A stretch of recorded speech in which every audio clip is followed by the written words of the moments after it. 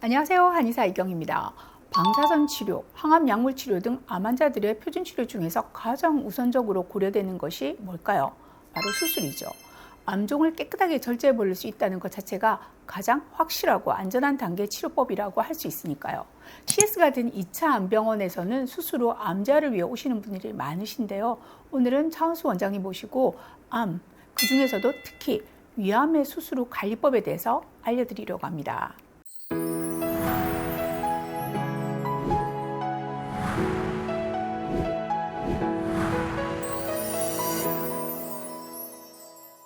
원장님 안녕하세요. 안녕하세요. CS 한방병원 차은수 원장입니다.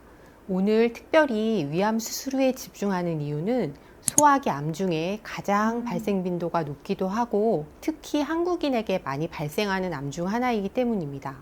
그리고 수술 후 식사법이 중요한데 위암 자체가 식이의 주된 장기이다 보니 식사법이 까다로울 수밖에 없기도 하고요. 위는 음식물을 저장하고 잘게 부셔서 죽처럼 소화되기 쉬운 형태로 만들어서 십이지장, 소장으로 내려보내는 역할을 하는 장기죠. 그런데 수술 절제 범위에 따라서 환자가 느끼는 불편감도 다를 수밖에 없을 것 같은데요. 맞습니다. 위암 수술의 절제 범위에 따라 식이 원칙도 달라지는데요. 위는 소화의 첫 관문으로 그 부위가 얼마나 남아있느냐에 따라 소화 능력과 영양 흡수 능력이 달라지기 때문이죠. 위암 수술은 크게 세 가지로 구별해서 나누는데요. 위의 아랫부분만 절제하고 위의 상부를 남기는 수술인 부분 위 절제술이 있고 위 전체를 제거하고 식도와 소장을 직접 연결하는 전위 절제술이 있습니다. 그리고 마지막으로 식도와 연결된 위장 상부를 절제하고 위의 하부만 남기는 위 분문부 절제술이 있습니다.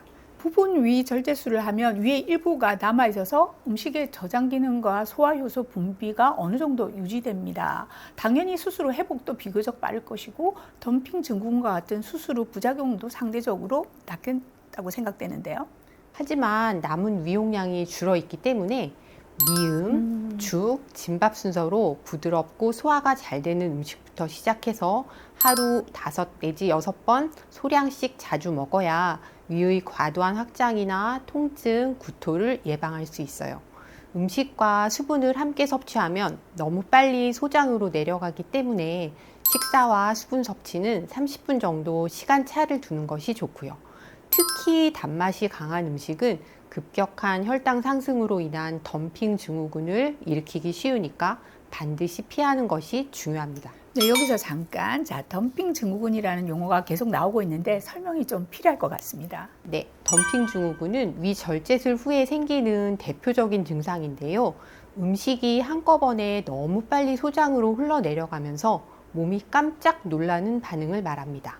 이때 혈류와 호르몬 변화가 급격하게 생기기 때문에 먹자마자 30분 이내에 느끼는 갑작스러운 복통, 구토, 설사, 식은땀, 두근거림이 있거나 식후 1시간에서 3시간이 지나면서 나타나는 저혈당 증상인 손떨림, 어지럼증, 식은땀, 탄력감 등을 말합니다. 덤핑 증후군은 위절제 후 가장 흔하게 생기는 부작용이기도 하고 또 그 고통이 심한 만큼 예방법에 대해서는 뒤에 가서 한 번 더 짚어주시죠. 자, 원장님, 그렇다면 음식물의 저장소가 완전히 없어지는 전위 절제술의 경우는 식이요합 관리법이 더 까다로울 수밖에 없겠죠.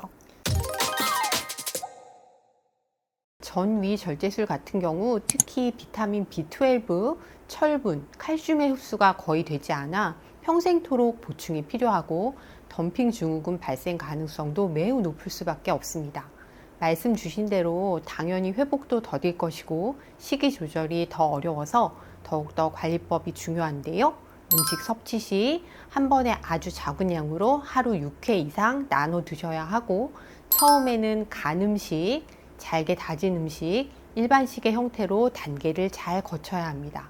특히 수술 후에 체중 감소가 급격하게 올 수 있다 보니 고단백, 고칼로리의 식단을 준비하시되 조리 방법은 부드럽고 입자가 작은 것부터 차츰 덩어리를 갖춘 형태로 섭취해야 하죠.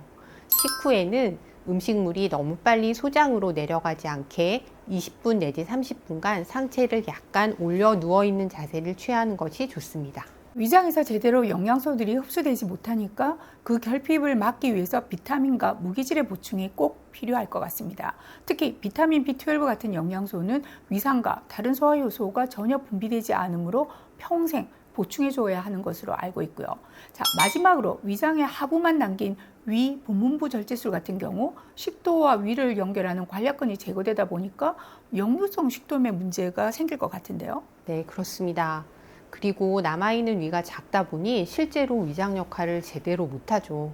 이 경우에도 역시 부드러운 음식부터 시작해서 조금씩 자주 먹는 식사법이 중요하고, 역류의 예방을 위해서는 식후에 똑바로 눕지 말고 상체를 30도 정도 세워서 앉아 계시는 것이 좋습니다. 역류를 유발하는 카페인, 탄산, 초콜릿이나 맵고 자극적인 음식은 당연히 피해야 하고요. 듣고 보니 세 가지 절제술로 나뉘지만 기본 원칙은 큰 차이는 없는 것 같습니다. 결국 이러한 수술 후 식이요법을 잘 지켜야 덤핑 증후군 같은 부작용도 예방할 수 있고 회복도 순조롭게 당길 수 있을 테니까요. 자, 위암 수술 후 지켜야 하는 식이요법과 관리법 요약해서 한번 정리해 주시죠. 첫째, 하루 6회 정도 작게 자주 먹기. 둘째, 혈당의 급격한 변화를 막기 위해 당분 많은 음식은 피하기. 셋째, 음식의 빠른 이동을 막기 위해 수분은 30분 이상 차이를 두고 따로 마시기. 넷째, 음식이 바로 내려가지 않도록 식후 2~30분 정도 상체를 조금 세워서 누워 있기. 다섯째, 천천히 소화될 수 있도록 단백질과 섬유질 챙기기까지 잘 기억해 주세요. 매일 식사 일지를 작성하는 습관을 만들고 2주에 한 번 정도 체중 변화를 체크해 주시는 것도 중요합니다. 저희 CS에서도 이런 원칙에 입각해서 위암 수술 시기가 제공되고 있어서 환자분들의 빠른 회복을 돕고 있습니다. 오늘도 좋은 정보 알려주신 차은수 원장님, 그리고 끝까지 시청해주신 구독자분들께 감사드리면서 저희는 다음 이 시간에 돌아오겠습니다. 감사합니다.